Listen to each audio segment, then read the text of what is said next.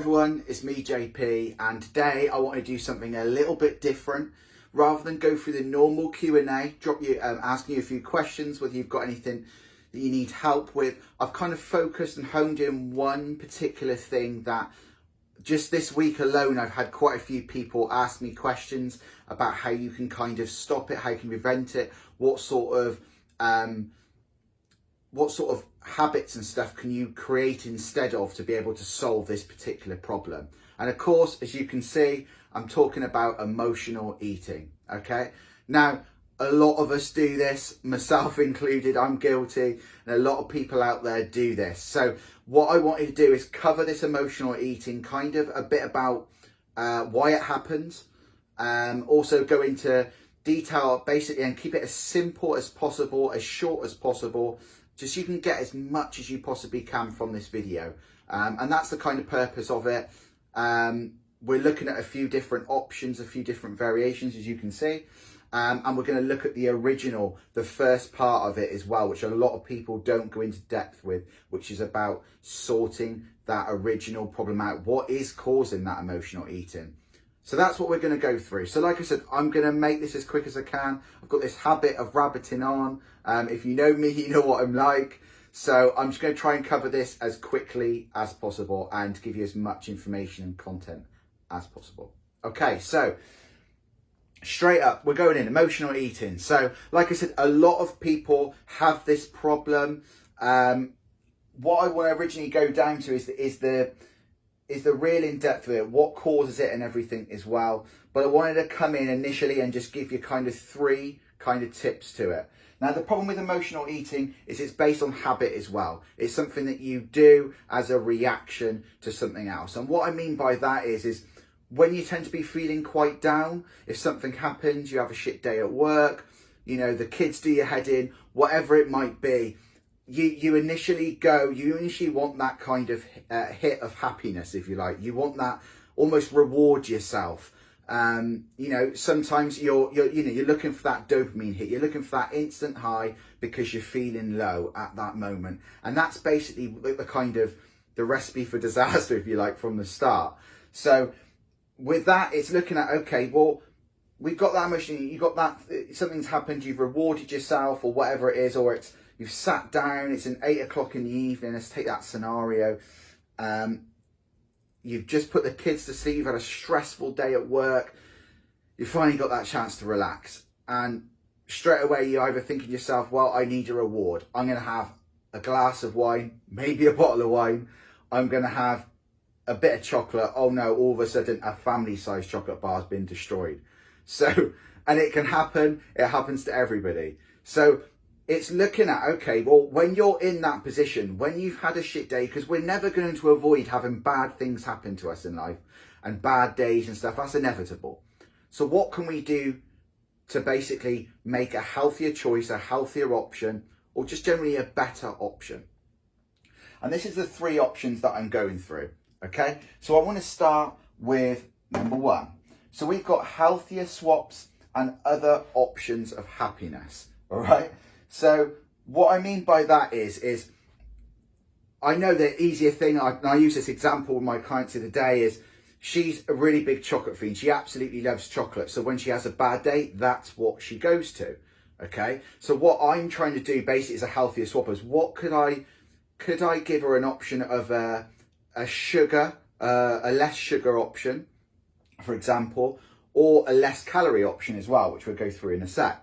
So, you know, going from like a milk chocolate to a dark chocolate, for example, is a little bit less calories, but also as well, it's going to tend to be less sugar. And if you go to the cocoa chocolate, which I don't know whether you'd want to go down that route because it didn't taste very nice, but that's another option. That's a healthier option, okay? So the healthier swaps, that's what you're looking for. I'm not going to go down the route of saying, well, you know, you want that quick high, you know, instead of a chocolate, go for a piece of fruit or something, because realistically, none of us are going to do that. So it's about looking at other options. What could you have instead of that chocolate that would be able to give you that same sort of happiness or kind of sugar buzz, if you like, that instant dopamine hit? And that's where we come nicely into the other options of happiness. Okay, so we're all different, all different things make us happy. It could be, let's say, take myself for example. Let's say a really stressful day at work, and my instant reaction might be to go to the chocolate. I love chocolate, but what if I could find something else that could give me the same sort of level, if you like, of happiness, instant happiness? Well, for me, you all know I love playing FIFA, so I could go and play FIFA instead, or go and play my Oculus or something like that, right? That's what I'm like. So with that in mind, that's giving me that's taking the calories away from what I would have had. It's something healthier than what I would have done as well.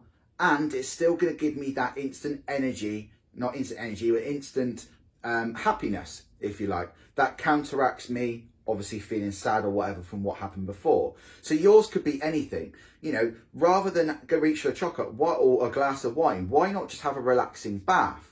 Why not book yourself a massage? Why not go for a run or do some form of exercise or something instead? So whatever it might be, look at another healthier option. So that's kind of your option one with kind of two options in it, okay? The second one is getting rid.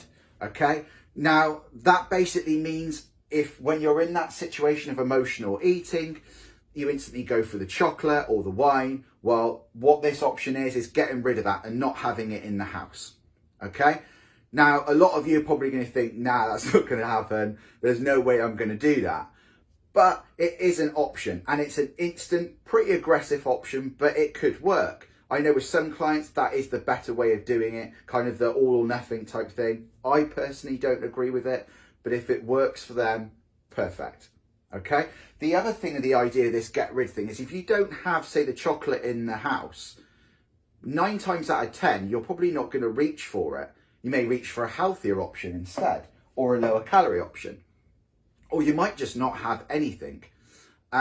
So if that happens 9 times out of 10, and let's say you're having 200 or 300 calories, all of a sudden you're looking at 1,800 to 2,000 calories because it's 9 times out of 10 where you're not having it. And that one time where you think, do you know what? Fuck it. I'm just going to go to Asda and get some chocolate. And that's fine because the other 9 times you've been good. So that's another option. It's another way of looking at it. Personally, with all the kind of knowledge that I've built up over the years and working with clients and stuff like this, I don't find this is the best way for it.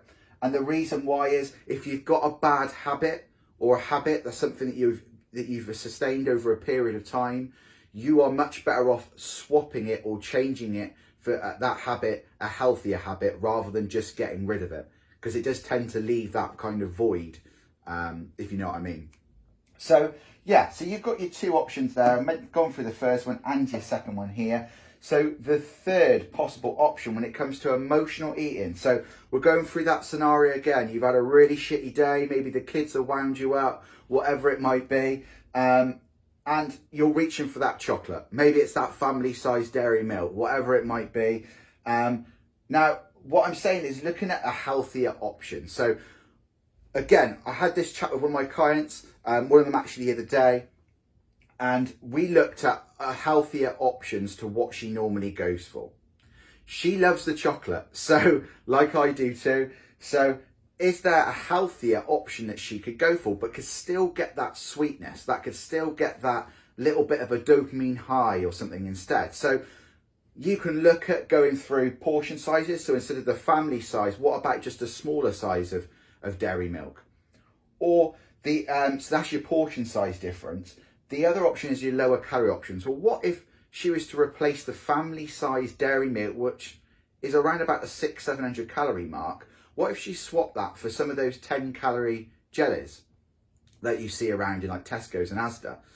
You know, even if she had 4 or 5 of those jellies, that's only going to be about 40 or 50 calories instead of potentially 600-700 calories from her dairy milk.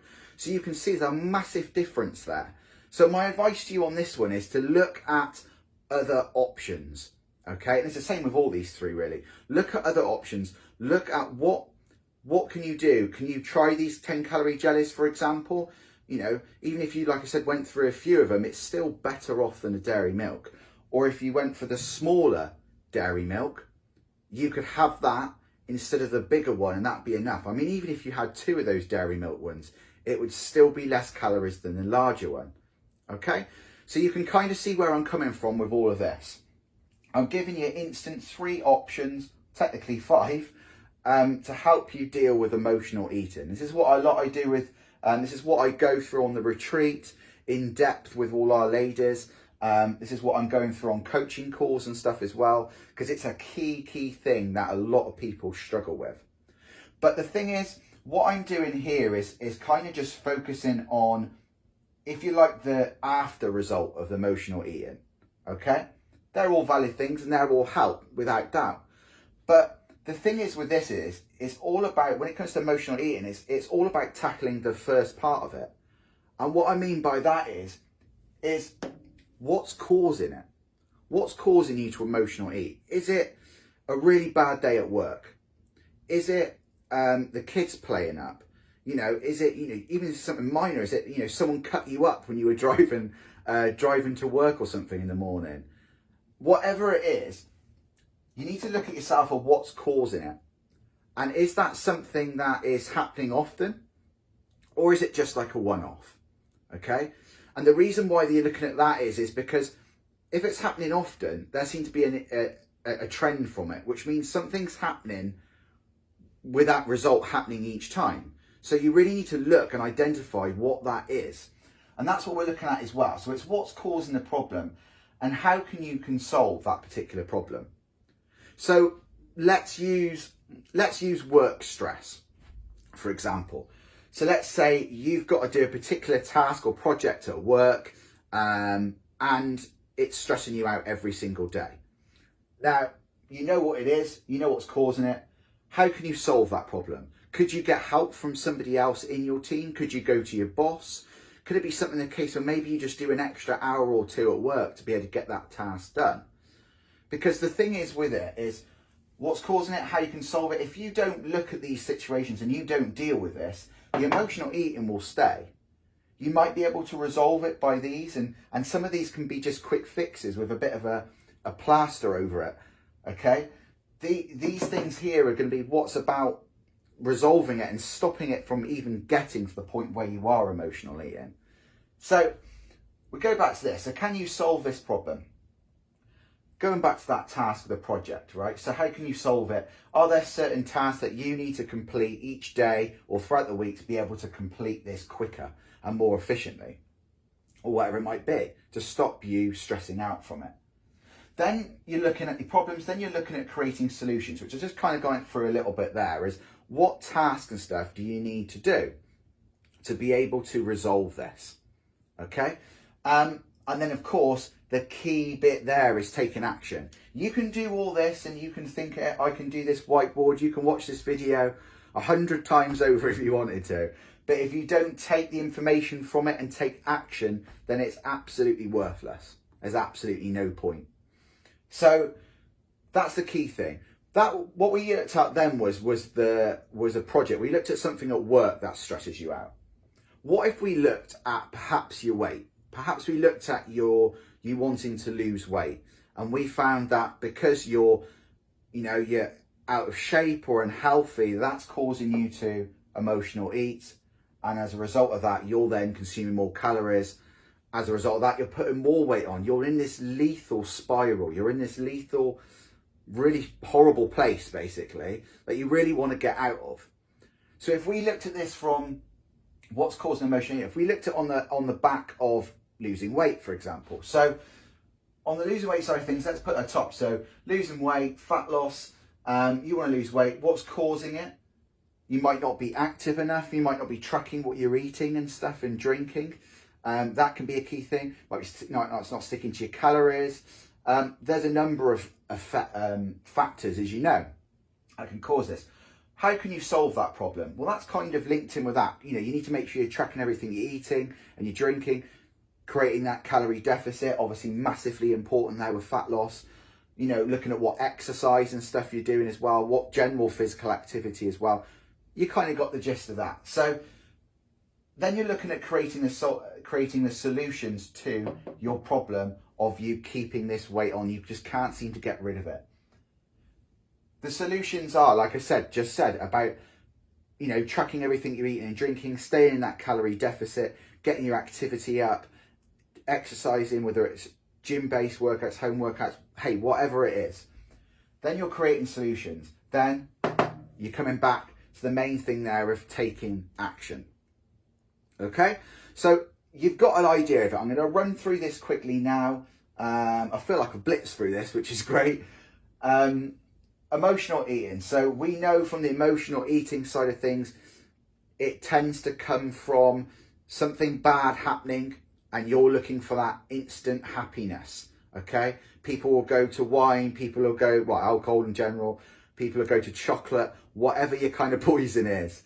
Okay, that then causes you to feel even worse, and then it obviously spirals down from there. It might be a habit of you doing a certain thing at a certain time, like I mentioned, 8 o'clock, relax, reward yourself with some wine, whatever it might be. Now, we looked at those 3 options. Like I said, I'm going to very quickly go through these. Healthier swaps, we're looking at perhaps swapping one thing for something that's slightly a bit more healthier, lower calorie option. Other options of happiness, what could you get from an instant kind of happiness, dopamine hit?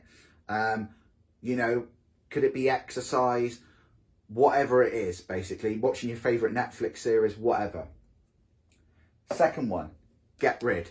Sometimes it's easier just to get everything out the house and start afresh. Like I said, I personally don't recommend that, but there are some benefits, like I've mentioned earlier on in the video. So, your third one, choose lower calorie options.